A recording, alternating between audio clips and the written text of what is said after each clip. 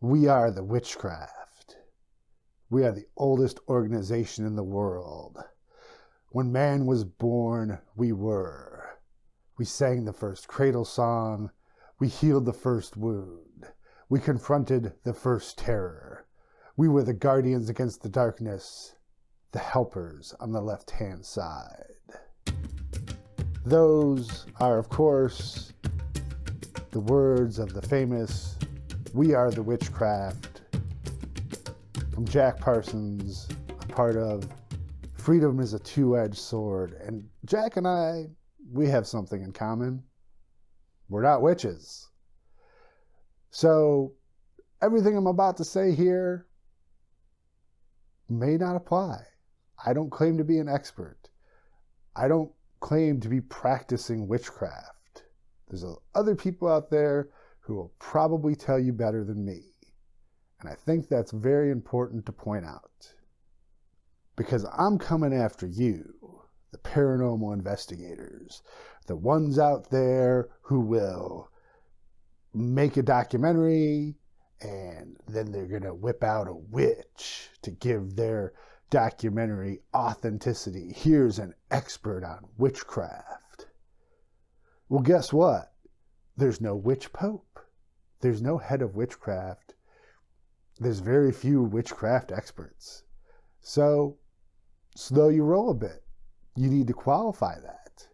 And if you're saying to me, do I really need to say that this is only my opinion every time I say something? Yes, you do. Yes, you fucking do, especially when it comes to this topic, because there's so many different outlooks out there. There's so many different ways to approach it. You can't just haul out someone and say that they're an expert on witchcraft. And I'm not even going to start talking about the witch craze, literal witch hunting that some of these people do. It's just disgusting. So that being said, we still need a way to recognize it, right? Like, what is witchcraft? And personally, to me, it's one of those things where if you say that you're a witch, poof, you're a witch. You get to declare that yourself. No one else gets to judge you on that. One thing you can say is that it is a folk tradition. It comes from the folks. It's not from priests. It's not from political leaders. It comes from the general population. And when people are complaining about New Age and crystals and all that stuff, well, hey, that's just the new folk magic. That's what it is. Maybe it's witchcraft. Maybe it isn't. That's up for you to decide. All I know is that, Cruella the Coven Mistress, she doesn't have authority, okay? Maybe she has authority over her own coven. That's fine. Personally, I would question anyone who would accept that kind of authority, but you do you. You may be asking yourself, is witchcraft a religion, or is witchcraft just a form of magic? Well, that's a really complicated question, and I'm going to point out once again that even the folks who study comparative religion don't have a definition for what a religion is. So, once again, it's up to you. There are folks out there who believe that it is a religion and that the magic part is optional. There are folks out there who believe, well, it's just a magical craft. You do it the way you do it. Modern Western witchcraft generally breaks down into two camps: neo-pagan witchcraft and what's been called traditional witchcraft.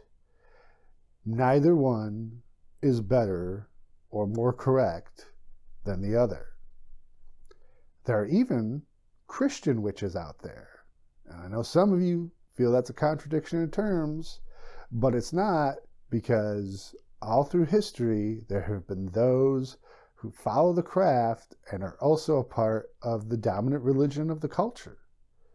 That's just the way it is. And there's plenty of folks out there who blend neo-pagan witchcraft and traditional witchcraft, which is fine.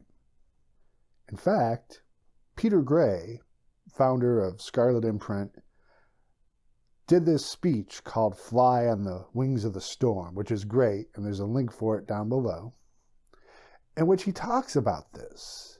And he says that Paul Houston, one of the early modern proponents of traditional witchcraft, and Gerald Gardner, the often cited founder of neo-pagan witchcraft, both got their material from the same place, the Folklore Community Library at the University College of London. So maybe these are just two sides of the same coin. In fact, Gray, who is also more magician than witch, probably gives a better definition of witchcraft than Jack does, at least a more succinct one, when he says, "You will find a witch at the end of a pointed finger." Because witches have always been the other, the outcasts, the persecuted. They are not polite members of society. So if you're going into witchcraft thinking this is going to be like happy rituals in the park every Sunday and that sort of thing, I think you should look into more than that. That's my advice. And that's the reason why I don't call myself a witch. Because I don't think that an old white dude living in the suburbs is really the other or the outcast. I am the privileged. It's others out there who should be embracing witchcraft. An alternate term I really like for witches is cunning folk. The folks who knew the plant lore. The folks who knew how to heal and also to poison.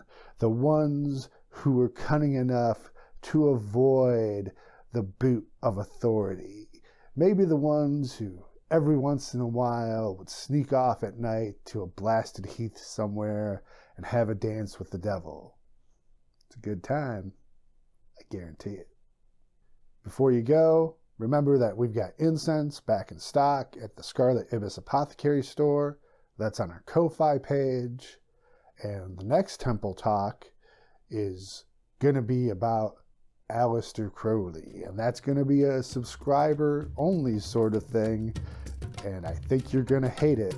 So you'll have to subscribe to find out. Hey, thanks for watching. We'll see you next time. Grow and learn with Midwest Spirits as we develop our own paranormal investigation team.